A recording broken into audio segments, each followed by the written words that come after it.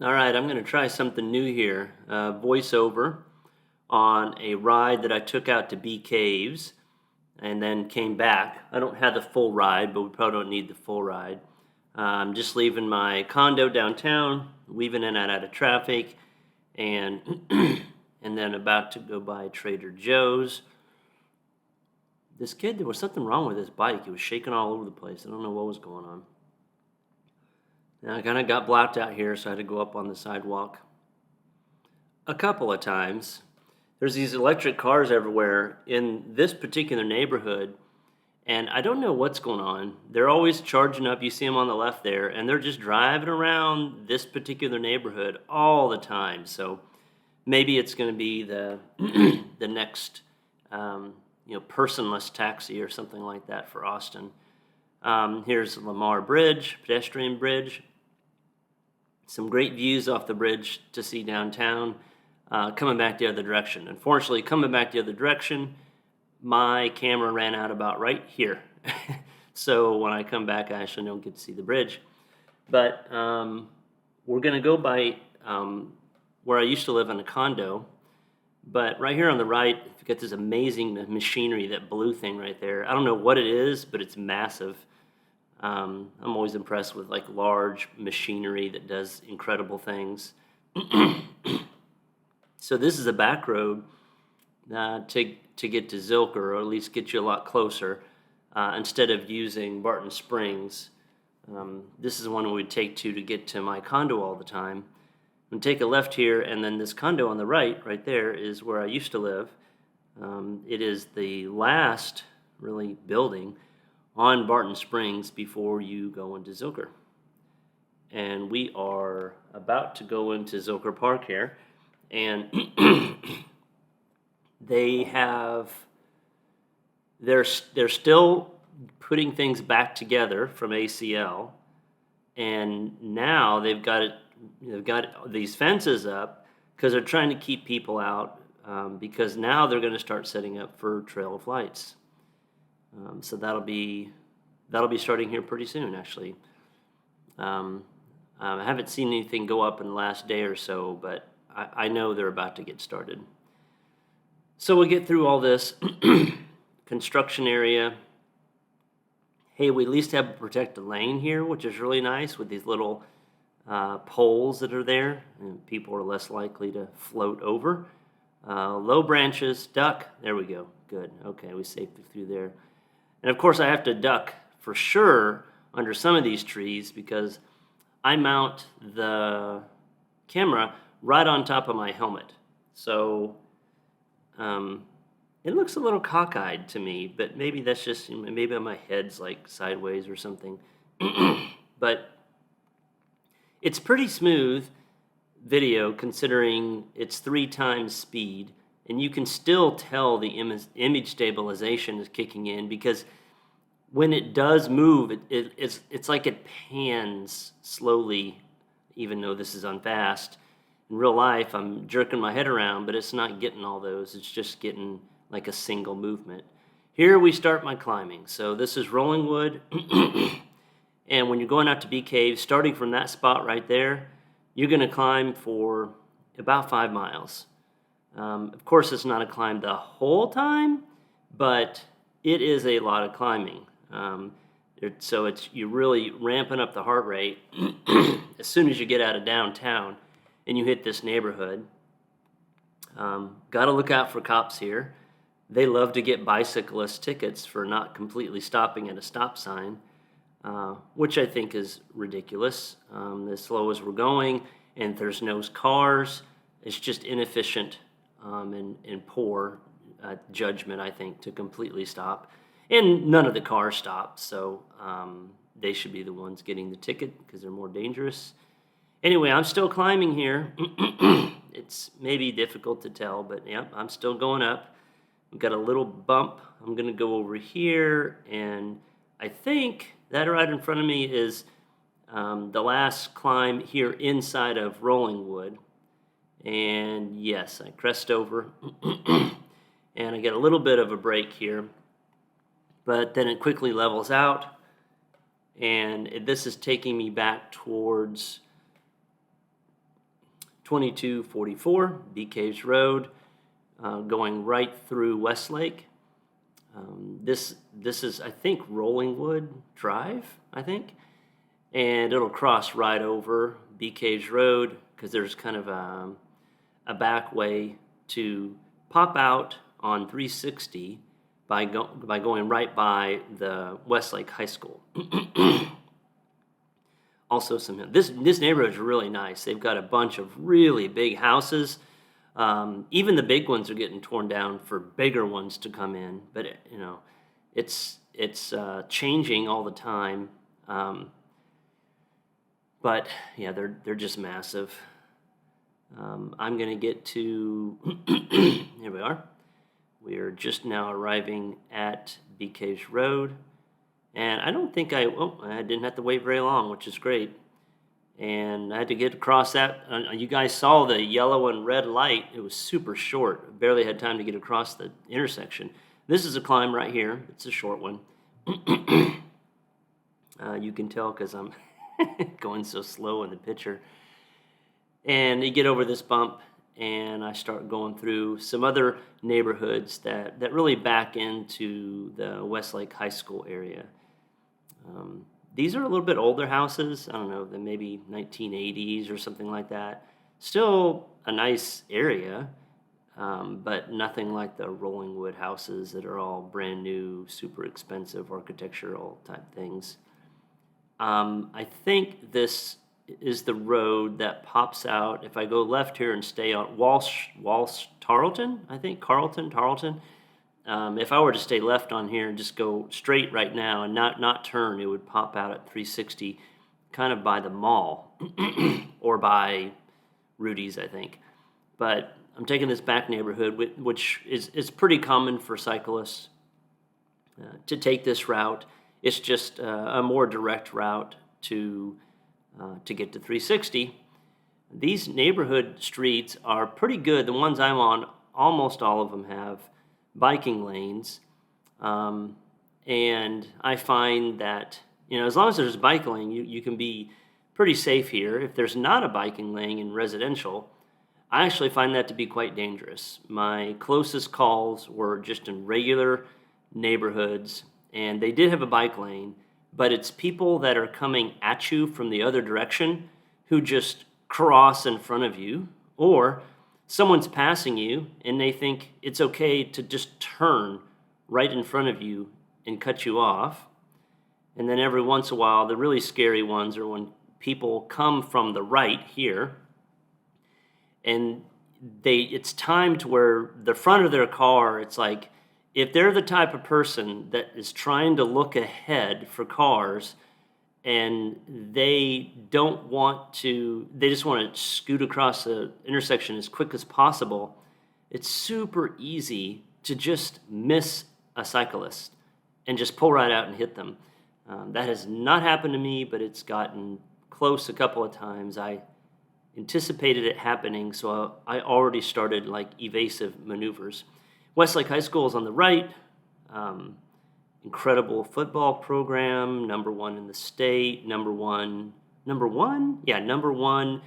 public high school football team in the nation. At least it was at the beginning of the season. So it's a big deal to play football in Westlake, to be a fan in Westlake. So we are almost still climb, slow climb but it's a little bit longer here by the Westlake High School. And there's some kind of rec center there that I pass. I always see it. Don't know what it is, if it's public or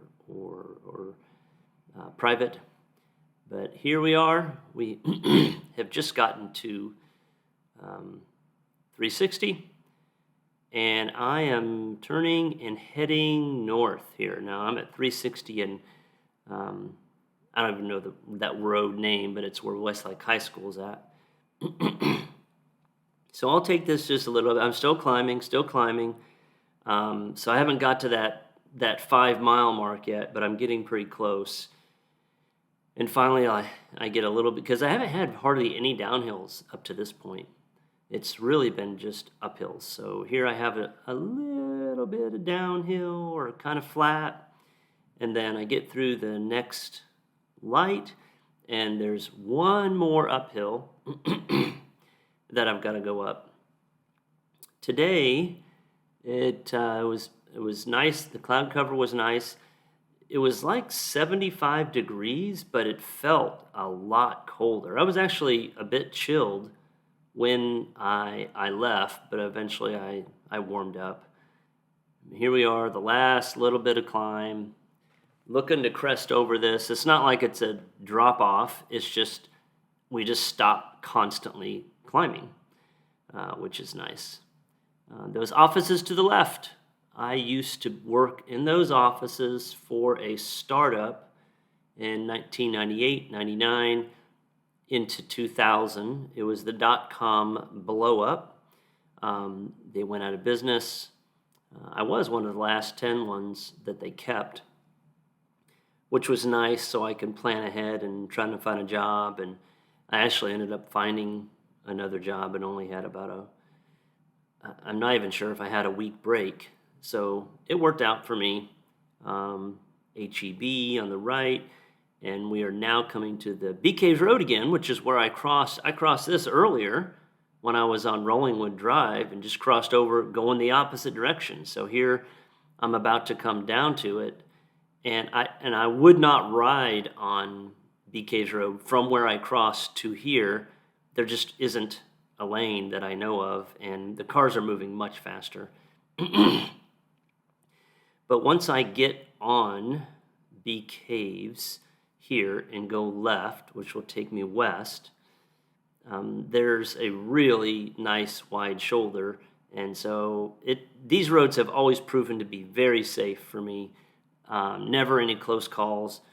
I'm also not one of those people that are, I don't know what they're thinking. I think it's a macho thing where they literally, if they're in the shoulder, they will ride as far left as they possibly can, almost on the line, and kind of trying to make the cars move around them. That's great and all, but until, when you run into a distracted anybody or someone who just isn't as quick as they used to be or observant as they used to be driving, they're just going to plow your ass over. So I don't get it. I don't know why people ride so far to the left. I try to stay farther right. I guess one reason is there's generally more shit in the shoulder that you could get a puncture from. So I spend a lot of time, really focusing on what's in front of me and trying to avoid anything that's going to puncture me. But sometimes it's the things that you get the flats from, you don't see them. Like it's a little bitty piece of wire that somehow goes straight into the tire and punctures the inner tube. It's very rarely, only once did I have a blowout where I was going super fast across an intersection, like a road like this, and coming down through an intersection, and it was at the bottom of a hill, so I was moving super fast across the intersection, and some dump truck or something had dumped some gravel. It wasn't like everywhere, but it was unavoidable. I was going to hit at least one piece of the gravel, and hitting a piece of gravel at 35 miles an hour is just like a hammer hitting your tire, right? So it blew the tire out. Here's a nice little spot here. I get to go a little bit of a downhill, and I'll be climbing that when we get on the way back. I really like Bee Caves Road. There's just so many beautiful homes perched up on the hills, and there's a new one popping up every so often. It's gorgeous. I really like this ride. So it's from downtown, from where I'm at, it's almost exactly 30 miles. It's a little bit more than that. But the thing about it is when I go back, you'll see I actually take a different route for part of it. If we were to reverse and get back to the Westlake High School from here, instead of turning in by the Westlake High School, I just stay on 360 until it hits Mopac, go down underneath Mopac, and then start heading north on the sidewalk, the bike path, until there's a safe spot for me to hop on the access road to Mopac. So this little hill is, this is not so bad actually. Going this direction, this little spot here is more like just a little bump. You can keep most of your speed here. Those are new buildings on the left, haven't been here that long, maybe a year, maybe a year and a half. I think they were put up during COVID, but they probably got people in them by now. This light, I timed it just right. I think I got it green. Yeah, we got it green. I don't usually get stopped by that light, which is nice. Some of these lights, I can't say that. I usually get stopped at Cuernavaca. Almost always. Now, I think today I don't actually get through it a whole green, and I'm quite close. That gas station we just passed on the left, I ride with somebody who makes fun of me because when I need water and they don't have like a faucet for me to get water from after I put some ice in there, I just get water from the sink in the bathroom. And it's funny because he thinks that's pretty disgusting and gross, but I think it's hilarious. So we generally, when I'm riding with him, we go by there, and I think lately he's kind of convinced me or pleaded with me not to go there. There's another one where they actually have a faucet. So, but he knows how much I like that bathroom water. So you gotta splurge every once in a while and get that bathroom water. So that was Cuernavaca. I did get stopped, evidently. So at this point, I have to pee super bad, and I'm like, okay, where can I go? I want it to be on the right, and these are just private driveways with gates. I can't. Oh, maybe I can go behind the railing. No, it's not low enough. It would be way too obvious. Like, God, I'm dying here. So I'm like, I've got to find something. So this is a little bit of it's like a false flat. It just kind of goes and goes. I think because it's curving, it's just hard to tell that it's just kind of up the whole time.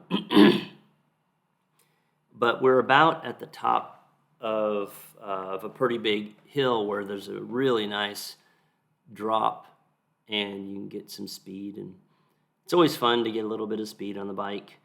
The fastest I've gone, I think, is 51 or 53 miles an hour. And that was on 360, but it was heading north from Westlake Drive down to the Pennybacker Bridge. And the wind was just perfect. I'd have to have a tailwind to even get to that speed, even going downhill. So I think we have some. Am I downhill yet? I don't know if that. There's a light up there. So the downhill starts right after the light. Again, I'm dying here. Like, I really need to pee, and trying to figure out where can I go. I'm looking at the signs now, not the road signs, but like that right there. I was like, oh, maybe I can go behind that, but it just didn't seem like it was going to be a good spot. So I remembered not too far up the road here, I'm starting to get into the Bee Caves area. I think we see the city population sign here pretty soon. And I know that there's some office buildings in there. And this is Sunday? No, this is Saturday? I'm not sure what day it was. Sunday or Saturday. And so I figured that there would be nobody or very few people in the office, and I can find, some place to just pee. Again, I was thinking, okay, I'm going to go behind that thing. And you can see me staring at it, thinking, I can go over there. No, it wasn't really set up right. So just kind of pressing on. It's funny how it doesn't seem like that much traffic when you're out there riding real time. When you speed it up like this, it really looks like there's more traffic. But I would say that Sundays are nicer to ride than Saturdays. because construction crews are still working on Saturdays, so you're still dealing with like dump trucks and semis and cement trucks and all these other things. Those are pretty much gone from the road on Sundays, and it's quieter. People are sleeping in more. Here we go. Pull in. Okay, there. So we just skipped all that. I just went from there, went to Walgreens, actually picked up some supplies from Walgreens, stuck them in my jersey, and now I'm just getting back on Bee Caves Road. I didn't have my camera on between P break and leaving Walgreens. So I've left Walgreens, heading back now. That was the farthest point west when that first came on. And I actually go here to the Specialized store, Trek store on the right. I think I had to pee again. So anyway, I left the Trek store. I got my video going now. I'm in Bee Caves. And I've got a little bit of a tailwind, I think, or at least a crosswind. It's not a headwind here. So that was nice. But yeah, there's businesses growing up on either side of this road. During COVID, it was hit pretty hard. I noticed that a lot of the stores here on the right-hand side really closed down. They didn't really do any business. But then I think most of them have already opened back up now. A little down the hill there, and then a little bit of a climb here. And those buildings on the left, I think that was my P break on the way there. Yes, I think that was it. So this spot here is kind of a deceivingly a slow uphill as it curves around to the right, and then eventually you drop into that big drop off that I had out earlier after that stop sign, and we get to climb up that. I actually did the ride. I don't think it was this ride. Maybe it was this ride. I was trying to keep my heart rate extremely low. Actually, I don't think it was this ride. But I try to keep my heart rate really low, because if I can keep my heart rate under 112, then my body burns more fat than sugars. So I'm saving the sugar stores in my muscle for, as they say, burning a match, like putting full effort into doing something. And my goal was to lose some fat. That was the hill. I just got done climbing it. Thank good. Take a breath there. Still a little bit of a hill here, but not that much. And from this point forward, I guess there are some hills coming up, but back to the heart rate. There is a point in everyone's body where at lower intensities, you are absolutely burning more fat than sugar. And at higher intensities, you're absolutely burning more sugar than you are fat. And why that's important is because you only have a limited supply of sugars in your muscles. When those are gone, you're going to bonk. If you're trying to push really hard, you're going to bonk. And you'll have no strength at all. But if you could save those as long as you can by using your stored fat, which all of us have a lot of fat. Like you have so many calories in your body from fat that your body can use for energy that you don't have to worry about anything, right? If you go at a low enough intensity, you'll be burning fat, and you can essentially almost go forever because of that. But if you're going to up the intensity, your body will try to use the sugars, and if you don't have any, you're going to have a problem. So sometimes I get on these kicks where I want to try to lose fat. And as much as I like to ride really hard, and don't get me wrong, when you ride hard, you're going to burn more total calories per mile or per hour, however long, whatever you're doing. But almost all of those calories are going to be sugars. And I will not have used up any of the fat stores. And if I'm on a kick to lose fat and slim up a little bit, I want to do that with fat. So I will take it a little bit slower. It's hard. It's really hard to keep the heart rate down to 112 or lower on these hills, because it's almost no matter what speed you go up the hill in the smallest gear possible, it's just hard not for me anyway. I seem to pop up into the 130s, and I can't keep it lower than that, because these hills are they're just so long that the amount of pressure I have to put on the pedals, even in that day that I was trying to push lighter, I still think that my average wattage was around 170, 175, because it's just a hilly ride, and I'm doing this all by myself, so I've got nobody blocking the wind for me. So this hill is kind of annoying going up. The bottom of the hill that we were just at is where if you take Cuernavaca down by the river and everything, it kind of pops back out here on Bee Caves Road as a different road. I don't know the name of it. At some point, Cuernavaca turns, but the road itself continues, and it's a different road that pops out. But that's a really popular ride for local ride groups to take that Cuernavaca route. It's pretty scenic, it's twisty and hilly, and it's fun to ride, and it's well known. It's only one lane in either direction, but there's so many cyclists that ride it that I think people driving know to look out for cyclists. I think where it gets really dangerous is going on roads that seem like they're great roads to ride on with little traffic, but if there are turns and twists and hills, and those cars aren't used to coming up on bicycles, it's just super freaking unsafe. So when I ride alone, I'm always doing like this. I'm on a wide shoulder for the most part. My favorite roads are Bee Caves, 360, and 620.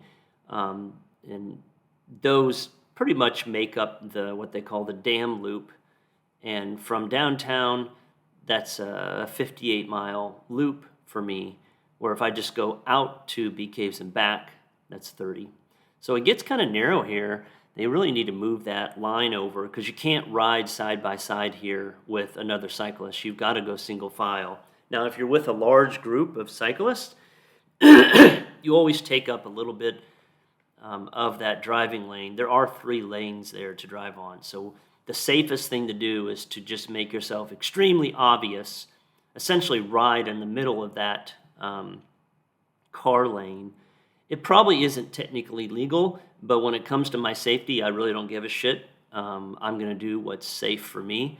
Now, by myself, I'm obviously just going to stay in the biking lane. But if I'm with a large group of people, I'm like this right here. I'm right in the middle of it. You're not going to try to squeeze by in this lane. That's the problem, is if you're riding towards the edge here, somebody thinks, oh, they're riding on the edge. They want me to try to go around them. And no, I don't want you to go around me, because generally people have just a very poor sense of how close they get to cyclists.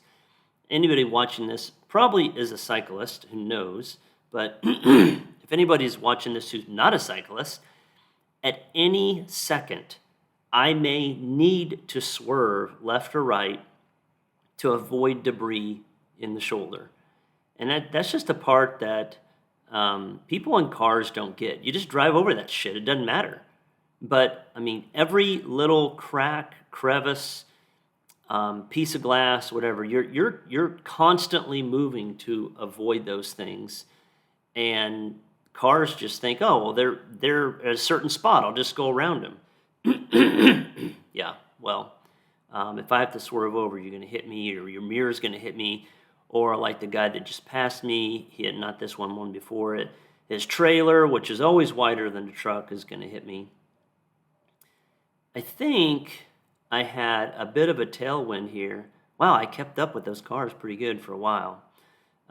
It's always fun to keep up with the cars as long as you can. Then they get stopped at the next light, and you kind of beat them through the next intersection. That's always a good feeling. Let's see what happens here if I get stuck or not. I can't remember because I've done this ride maybe, I don't know, 200 times. So I don't actually remember. Oh, there we go. Didn't have to stop. This is a nice little down here. So I just passed where I came on to 360 earlier from Westlake High School. So now I'm passing that. I'm going straight south on 360. And this is a little bit flat right here, but and then it tips up just barely at the end, and then you have a really nice downhill, really to go down there past Rudy's, and you can really pick up a bunch of steam here. And I'm at this moment probably 7 miles from home, and when you get that close, you just, I don't know, I just get more energy. I feel like I can just give it all and leave it out on the road. If I try to do that too soon, I may cramp up or something like that, and then you're far away and it's miserable. So pushing like hell up this little incline here. And then pretty soon we're going to see some of the lights that are associated with the mall. This actually may be the Marsh, what is it called? Walsh Tarleton or something like that, which we were on earlier, but further in the neighborhood. Here we're getting closer to Mopac. I'm looking. Okay, so this is the access road that goes down underneath Mopac, and it's access to the green belt at the bottom of this. Man, I blew past those people at like 42 miles an hour. And so I come down and people just park here like crazy in the summer, and it's so dangerous through here. People are walking their dogs, and you just got to really, I do not take the bike lane through there because it's usually packed full of people, dogs, and kids, which is it's just dangerous. You know, at that point, I'm doing 35 miles an hour. It's just, you can't move around and avoid people. So back in the bike lane now. And then this hasn't always been there. I'll just say it's